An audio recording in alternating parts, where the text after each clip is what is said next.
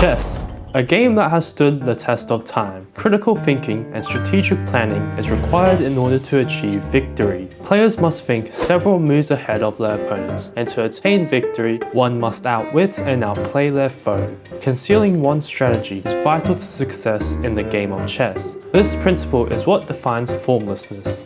The final law of power in Robert Greene's The 48 Laws of Power, he describes that by taking shape, by having a visible plan, you open yourself to an attack. In the current world we live in, where negativity surrounds us everywhere we go, assuming formlessness is mandatory in protecting you from the masses. When cancel culture is at an all-time high, when false allegations have the real possibility of permanently derailing your career, ensuring that your enemies have no leverage over you is imperative to success.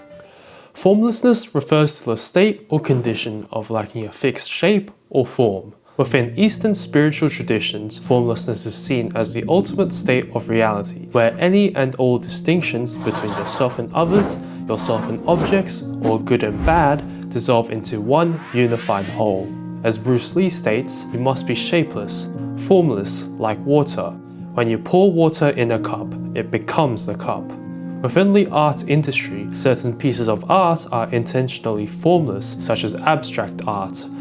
Drips, splatters, and strokes are used to imply a sense of movement. Dirt and sand are used to add texture and depth. These elements work together to form an abstract piece that has no clear definition or purpose. Observers are tasked with filling in the blank, making distinctions as to what they believe the painter's intention was with their piece. In war, military generals and tacticians emphasize formlessness in their strategies.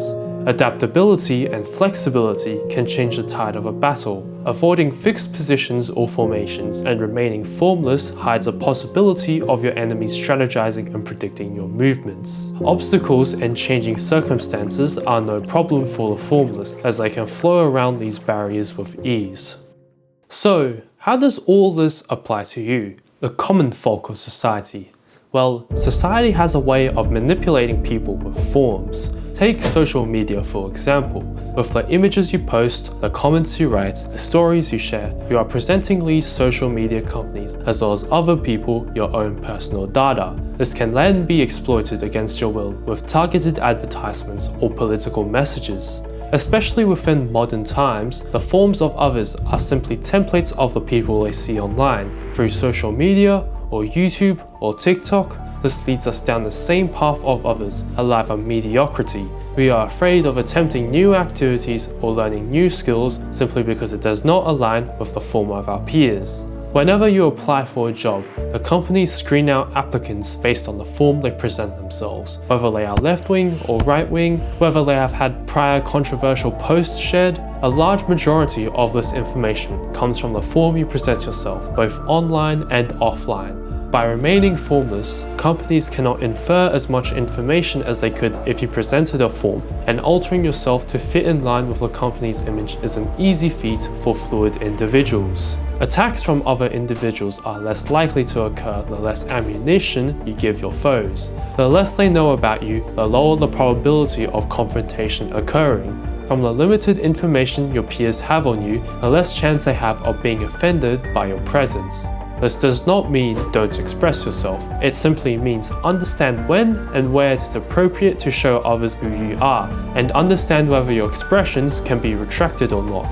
In the face of adversity, are you able to fool your foes into believing you are not their enemy? If you cannot as a result of your associated identity, reconsider whether you want that image of yourself to be permanently tied with that expression. If you want to assume formlessness, you have to ditch the many ties you have that are grounding you, and obscure your beliefs, interests, and actions. You ever heard the saying, you are the product of the 10 closest people around you? This saying holds a ton of value, as our environment can have a significant impact on the type of person we are.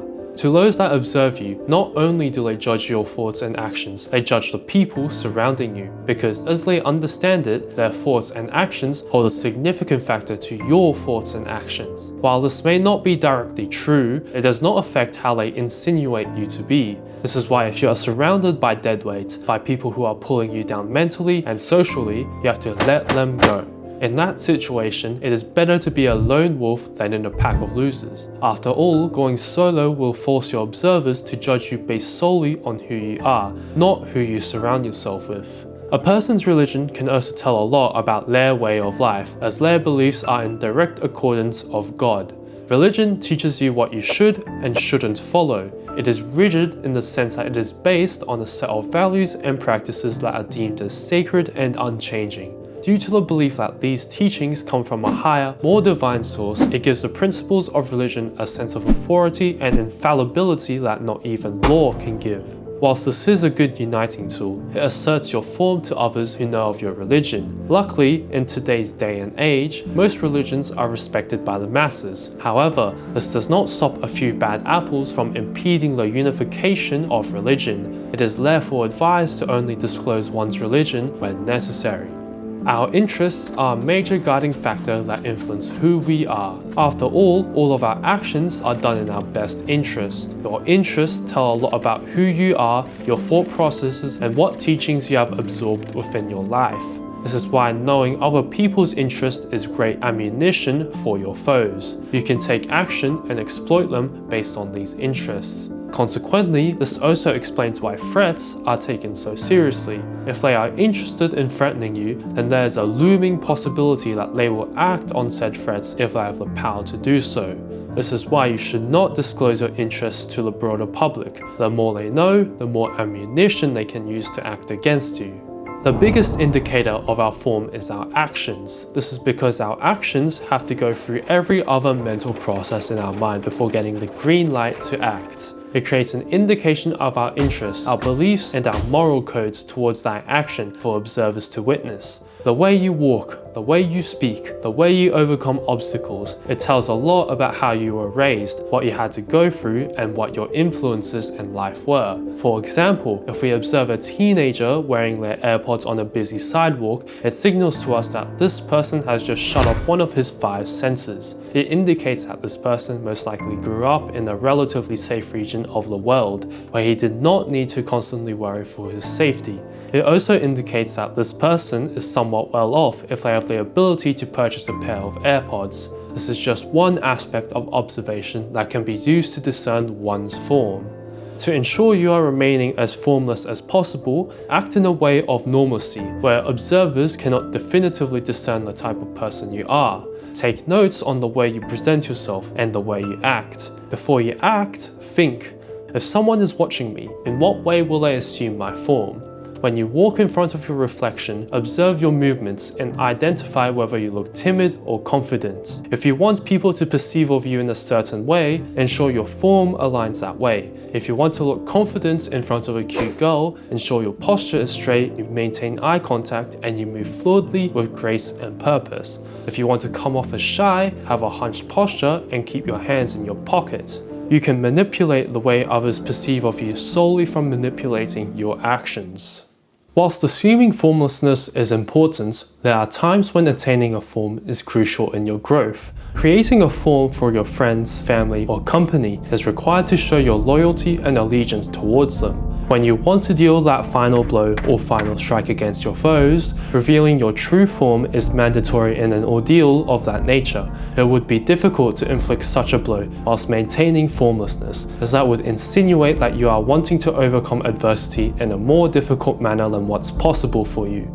Formlessness is a key safety mechanism you need to use to prevent your foes from exploiting you. In the digital era we live in, we need to be careful of the footprints we make and what ammunition our foes can acquire from it. By being formless, we can stay one step ahead of those who seek to exploit us and protect ourselves from the risks of modern society.